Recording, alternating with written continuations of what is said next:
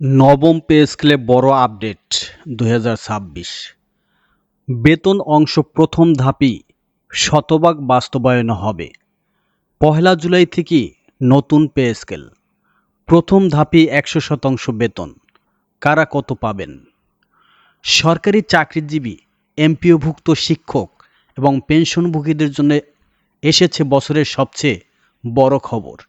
সরকারের সর্বশেষ পরিকল্পনা অনুযায়ী নতুন পে স্কেলের বেতন অংশ প্রথম ধাপই শতভাগ বাস্তবায়ন হতে পারে।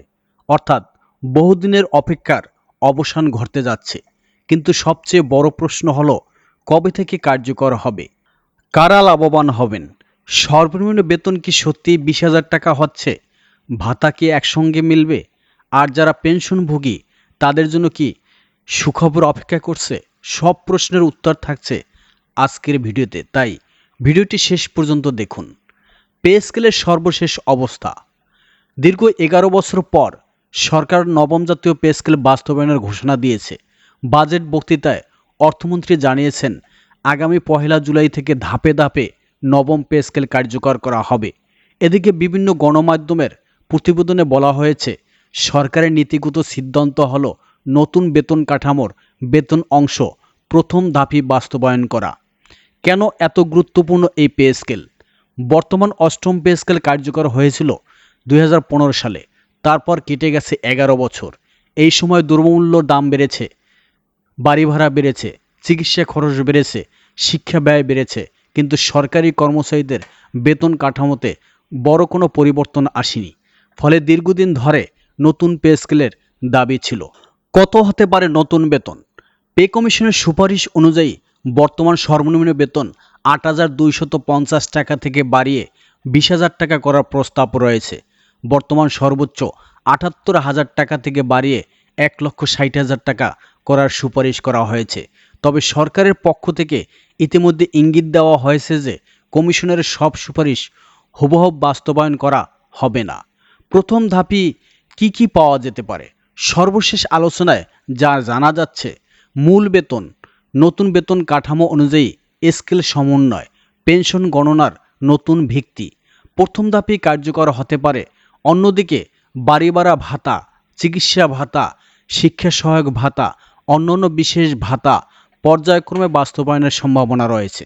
সবচেয়ে বড় চমক, ৫৫,০০০ কোটি টাকার বরাদ্দ।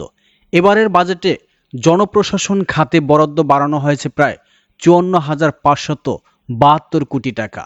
সংশ্লিষ্ট সূত্রগুলো বলছে, এই অতিরিক্ত বরাদ্দের বড় একটি অংশ নতুন পে স্কেল বাস্তবায়নে ব্যবহার করা হবে। এ কারণে অনেক বিশ্লেষণ মনে করছেন, সরকার এবার বাস্তবায়নের ব্যাপারে বেশ এগিয়ে গেছে। এমপিও শিক্ষকরা কি পাবেন? এখন সবচেয়ে বেশি জানতে চাইছেন এমপিওভুক্ত শিক্ষকরা। বিভিন্ন সূত্র অনুযায়ী নতুন বেতন কাঠামোর সুবিধা সরকারি কর্মচারীদের পাশাপাশি এমপিওভুক্ত শিক্ষকদের ক্ষেত্রেও ধাপে ধাপে কার্যকর হতে পারে। যদিও এ বিষয়ে এখনও চূড়ান্ত গেজেট প্রকাশ হয়নি। পেনশনভোগীদের জন্য সুখবর, পেনশনভোগীরাও নতুন কাঠামোর আওতায় আসতে পারেন। কারণ অতিরিক্ত বরাদ্দের একটি অংশ পেনশন ব্যয় সমন্বয়ের জন্য রাখা হয়েছে বলে বিভিন্ন প্রতিবেদনে উল্লেখ করা হয়েছে। এতে লাখো লাখো অবসরপ্রাপ্ত সরকারি কর্মচারী সরাসরি উপকৃত হতে পারেন। সচিব কমিটির বৈঠকে কি হতে পারে? আগামী গুরুত্বপূর্ণ বৈঠকে চূড়ান্ত হতে পারে নতুন বেতন কাঠামো, বাস্তবায়নের সময়সূচি, কোন ভাতা কবে কার্যকর হবে, গেজেট প্রকাশের সম্ভাব্য সময়। এই বৈঠকে নবম পে স্কেলের টার্নিং পয়েন্ট হিসেবে দেখা হচ্ছে। বিশ্লেষকদের মতামত, অর্থনীতিবিদদের মতে নতুন পে স্কেল বাস্তবায়ন হলে সরকারি চাকরিজীবীদের ক্রয় ক্ষমতা বাড়বে, বাজারে অর্থ প্রবাহ বৃদ্ধি পাবে, অভ্যন্তরীণ ভোগ ব্যয় বাড়বে। তবে একই সঙ্গে মূল্যস্ফীতির চাপও কিছুটা বাড়তে পারে।